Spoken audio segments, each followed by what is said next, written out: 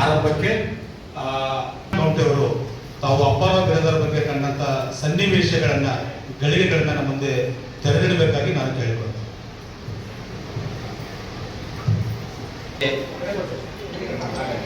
ಉಪಸ್ಥಿತರಿರುವ ಪೂಜ್ಯರೇ, ಸಹೋದರಿಯರೇ, ಮಾತಾಡೋದು ಮಾಡ್ತೀವಿ. ಜರ್ನಲ್ ಪತ್ರಿಕೆ ಬರೆಯೋರು ನಾವು ಬರೆಯೋರು ಅಂದರೆ ಸುಮ್ಮನೆ ಬರೆಯೋರು ಸಿದ್ಧಾಂತಿ ಅಂತ ಅರ್ಥ. ಹೆಂಗೆ ನಡೀತಿದ್ವಿ ಹಂಗೆ ಬರ್ತಿದ್ವಿ ನಾವು. ಅಪ್ಪರು ಅಂತ ಯಾರು ಗೊತ್ತಾಗ್ತಾ ಇಲ್ಲ. ಫೋಟೋ ನೋಡಿದ್ರೆ ಹೇಳ್ತೀನಿ ಅಂತ ಅವ್ರು ಫೋಟೋ ಹಾಕಿದ್ರು. ಆಮೇಲೆ ಗೊತ್ತಾಯ್ತು ಇವರು ಅವರು ನಿಶಬ್ದ ಗಳಿಗೆ ಪತ್ರಿಕೆ. ನೆಕ್ಸ್ಟ್ ನಮ್ಮದು ಭಾಳ ಕಡಕ್ಕಿದ್ದೀವಿ ನಾವೆಲ್ಲ, ಭಾಳ ನೇರ ಯಾರು ಅವ್ರ ಬಗ್ಗೆ ಬರೆದಿರು ಮಹಾ ಇರ್ಬೋದು. ಆದರೆ ಇವರು ಗೊತ್ತಿದ್ದರಲ್ಲಿ ನಮ್ಮೆಲ್ಲ ಸಣ್ಣ ಸಣ್ಣ ಪತ್ರಿಕೆಗಳಿಗೆ ಮುದ್ರಣ ಮಾಡೋದು, ಹೆಚ್ಚು ಕಡಿಮೆ ದುಡ್ಡು ಕಡಿಮೆ ಆದರೆ ನೆಕ್ಸ್ಟ್ ಬಂದು ಮಾಡೋದು, ಇದೆಲ್ಲ ರಾಜೇಂದ್ರ ಪಾಟೀಲ್ ಭಾಳ ಒಳ್ಳೆಯ ಹೇಳಿದಾಗೆ ಸಿದ್ದು ಬಿರಾದರ್ ನನಗೂ ಮತ್ತು ಸಂತರ್ಪೇಟೆ ಅಣ್ಣವರಿಗೆ ಈ ಕಾರ್ಯಕ್ರಮ ಹೇಳಿರಲಿಲ್ಲ. ನಾವು ಭಾಳ ನೇರ ಮಾತಾಡೋದು. ಸಿದ್ದು ಬಿರಾದರಿಗೆ ಏನು ಮಾಡಿದ್ದೀವಿ, ನುಡಿ ನಮ್ಮನ್ನ ಮುಗಿತಂದ್ರೆ ನಿಮ್ಮ ತಂದೆಯವ್ರ ಹೆಸರುಗಳು ಟ್ರಸ್ಟ್ ಮಾಡಪ್ಪ, ಟ್ರಸ್ಟ್ ಮಾಡಿ ಖರೆ ಪತ್ರಕರ್ತರು ಯಾರಿರ್ತಾರೆ, ಖರೆ ನೀವಂದ್ರಲ್ಲ ಸಂಘ ಸಂಸ್ಥೆ ಈಗ ಭಾಳಾಗ್ಯವ. ಇನ್ನೊಂದು ಈ ಯಾವ ಸಂಘದಲ್ಲಿ ಮಾಡಬೇಕಾಗುತ್ತೆ ಮಾಡಿ ನಾವು ಮಾಡಿದ್ದೀವಿ. ಒಂದು ಟ್ರಸ್ಟ್ ಮಾಡಿ ನಿಮ್ಮ ತಂದೆಯವ್ರ ಹೆಸರಲ್ಲ ತೀರ್ಕೊಂಡ ದಿನ ಒಂದಿಬ್ಬರು ಹಿರಿಯ ಪತ್ರಕರ್ತರಿಗೆ ಪ್ರಶಸ್ತಿ ಕೊಡು. ನಮಗೆ ಸಮಾಜ ಸೇವೆ ಮಾಡಕ್ಕೆ ಯಾವುದೋ ಒಂದು ಅನಾಥಾಶ್ರಮನೋ ವೃದ್ಧಾಶ್ರಮನೋ ಅಲ್ಲಿ ಹೋಗಿ ನಿಮ್ಮ ತಂದೆಯವ್ರ ಹೆಸರು ಮೇಲೆ ಅವರಿಗೆಲ್ಲ ಊಟ ಹಾಕ್ತೀವಿ. ಸಾಮಾಜಿಕ ಸೇವೆ ನಮಗೆ ಬಿಟ್ಬಿಡು, ಪ್ರಶಸ್ತಿ ಕಾರ್ಯಕ್ರಮ ನೀನು ಮಾಡಕ್ಕೆ ಹೇಳಿದ್ದೆ. ಮತ್ತು ಬೇಸಿಕಲಿ ಸಿದ್ದು ಅವಾಗ ಬಹಳ ಬಡವರೇಮ. ನಾವು ಸಿದ್ದು ಒಂದು ಪೇಪರ್ನ ಕೆಲಸ ಮಾಡಿದ್ರೆ 12 ರೂಪಾಯಿ ಕೊಡ್ತೇವೆ. 12 ರೂಪಾಯಿ ನಮ್ಗೆ ಒಂದು ತಿಂಗಳಿಗೆ ಊಟಕ್ಕೆ ಸಾಧ್ಯ ಇಲ್ಲ. ಅವ್ರ ತಂದೆಯ ಒಂದು ಸಪೋರ್ಟ್ಲಿಂದ ಟಿವಿನಲ್ಲಿ ಹೋದಷ್ಟು ಅವ್ರ ತಂದೆ ಸಪೋರ್ಟ್ ತಗೊಂಡು ಟಿವಿನಲ್ಲಿ ಹೋಗಿ ಆ ಮನುಷ್ಯ ಬೆಳೀತಾ ಮುಂದಕ್ಕೆ ಹೋದೆ ಹೊರತು ಹಿಂದಕ್ಕೆ ನೀವು ಕೊಡ್ಲಿಲ್ಲ. ಅವ್ರು ಹೇಳ್ತಿರಲಿಲ್ಲ ನಮ್ಮ ಅಪ್ಪರದ ಪುಣ್ಯ ಅಂತ ಹೇಳಿ. ಸೊ ಈ ತರವಾಗಿ 2 ಬಾರಿ ನೋಡ್ರಿ, ಒಂದು ಸಾರಿ ಒಂದು ಪ್ರಶಸ್ತಿ ತೊಗೊಳೋದಕ್ಕೆ ಕಷ್ಟ ಅದ ರೀ.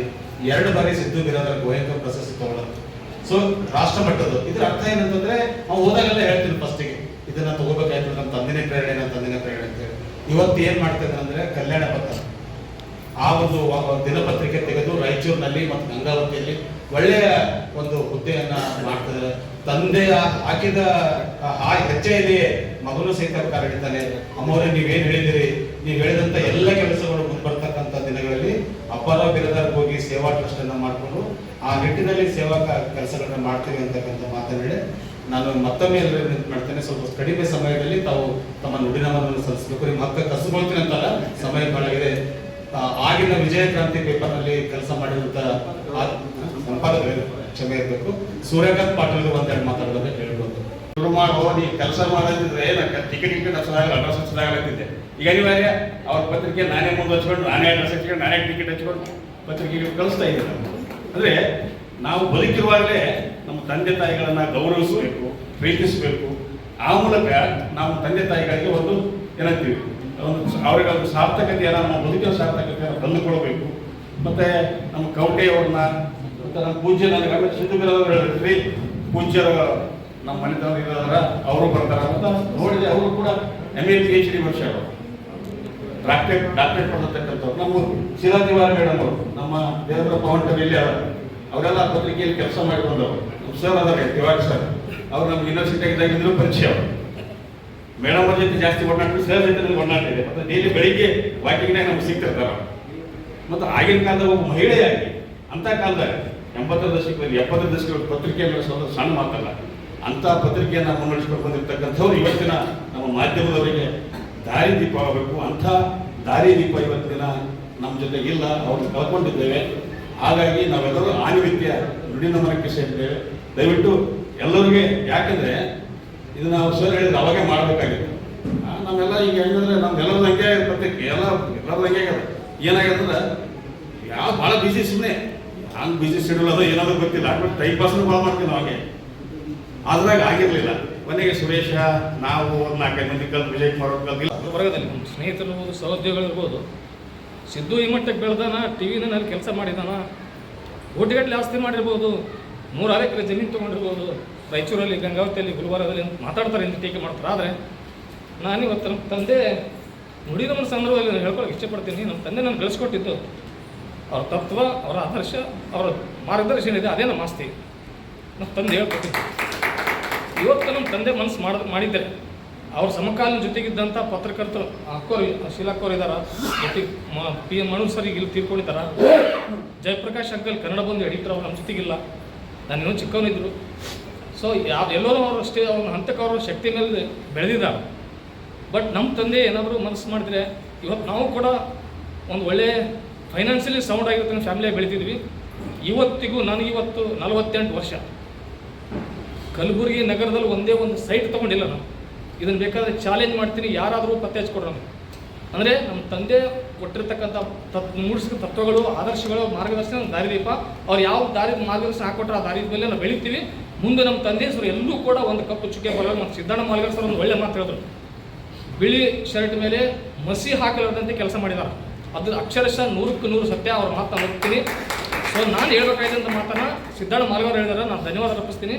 ಸೊ ಅವ್ರ ಮಾರ್ಗದರ್ಶನ ನಡೀತೀವಿ ನಾವೆಲ್ಲರೂ, ನಮ್ಮ ಅಣ್ಣ ಮತ್ತೆ ಎಲ್ಲರೂ ಕೂಡ ಅವ್ರ ಆದರ್ಶ, ಅವ್ರ ಮಾತುಗಳೇ ನಮ್ಮ ಬದುಕಿಗೆ ದಾರಿದೀಪ. ಇವತ್ತು ಏನಾದರೂ ಅದನ್ನು ಕಥೆ ಮಾಡಿ ಬರೀಬೇಕಲ್ಲ. ಎಷ್ಟೋ ಸಂದರ್ಭದೊಳಗೆ ಯಾರೋ ಹೆಸರೇ ಹಾಕಬೇಡಿ ನಮ್ದು ಅಂತಿದ್ರು. ನನ್ನೇ ಚಿತ್ರಗುಪ್ತ ಅಂತ ಹಾಕ್ತಿದ್ದೆ, ಮತ್ತಿನ್ಯಾವುದೋ ಒಂದು ಮಂಡೋದರಿ ಅಂತ ಇಡ್ತಿದ್ದೆ. ಯಾವ್ಯಾವುದೇ ಹೆಸರಿನೊಳಗೆ ಎಲ್ಲ ಬೆಳೆದು ನಾವೇ. ಹೀಗಾಗಿ ಬರೆಯೋದು 64 ಪುಟ. ಆ 64 ಪುಟದ ಪುಸ್ತಕ ಇವತ್ತೇನಿದೆ, ಅವತ್ತು ಒಂದು ಪತ್ರಿಕೆಯಲ್ಲಿ ಪಬ್ಲಿಷ್ ಮಾಡಬೇಕಾಗ್ತಿತ್ತು. ಹೀಗಾಗಿ ನಮಗೆ ಬರವಣಿಗೆ ಹೇಗೆ ಅದು ಆಗಿನ ಕಾಲದೊಳಗೆ ಈಗಿನ ಥರ ಡಿಜಿಟಲ್ ಪ್ರಿಂಟಿಂಗ್ ಇರಲಿಲ್ಲ. ಅಕ್ಷರ ಜೋಡಿಸ್ಬೇಕು. ಅದು ಗ್ರಿಲ್ ಬನ್ಸ್ನೊಳಗೆ ಒಂದು ರೈಲ್ವೆ ಪಟ್ರಿ ಇದ್ದಂಗೆ ಒಂದು ಮಷೀನ್ ಇತ್ತು ದೊಡ್ಡದು. ಈ ಕಡೆಯಿಂದ ಹೋಗಿ ಆ ಕಡೆ ನಾವು ಯಾರಿಗೆ ಸಲ್ಲಿಸ್ತೀವಿ ಅನ್ನೋದನ್ನ ವಿಚಾರ. ನಾವು ಹುಟ್ತೀವಿ ಮತ್ತು ಸಾಯ್ತೀವಿ. ಹುಟ್ಟು ಸಾವಿನ ಮಧ್ಯೆ ನಮ್ಮ ಹೆಜ್ಜೆಗಳನ್ನು ಸಮಾಜದಲ್ಲಿ ಯಾವುದೇ ಫೀಲ್ಡಿನಲ್ಲಿ ಬಿಟ್ಟು ಅದು ಅಳಿಸಿ ಹೋಗದಂತೆ ನೋಡಿಕೊಳ್ಳುವಂಥ ವ್ಯಕ್ತಿತ್ವಕ್ಕೆ ನಾವು ಹೆಚ್ಚಾಗಿ ನುಡಿ ನಮನವನ್ನು ಅರ್ಪಿಸ್ತೀವಿ. ಅಂಥವರಲ್ಲಿ ನಮ್ಮ ಬಿರಾದಾರ್ ಅವರು ಒಬ್ಬರು ಅಂತ ನನ್ನ ಅನಿಸಿಕೆ. ಬಿರಾದಾರ್ ಅವರು ವಿನಮ್ರರು, ಸಂಯಮರು, ಮಿತಭಾಷಿಗಳು ಮತ್ತು ತಾವು ಯಾವ ಕಾರ್ಯವನ್ನು ಕೈಯಲ್ಲಿ ಎತ್ಕೊಂಡಿದ್ದಾರೋ ಅದನ್ನೇ ಮುಖ್ಯ ಗುರಿಯಾಗಿಟ್ಟುಕೊಂಡು, ಉದ್ದೇಶವಾಗಿಟ್ಟುಕೊಂಡು ಅದರ ಸುತ್ತಲೇ ಮತ್ತು ನೇರವಾಗಿ ನಡೆಯುವಂಥ ವ್ಯಕ್ತಿತ್ವವುಳ್ಳಂತಹ ವ್ಯಕ್ತಿತ್ವ ನಮ್ಮ ಬಿರಾದಾರ್. ನನಗೆ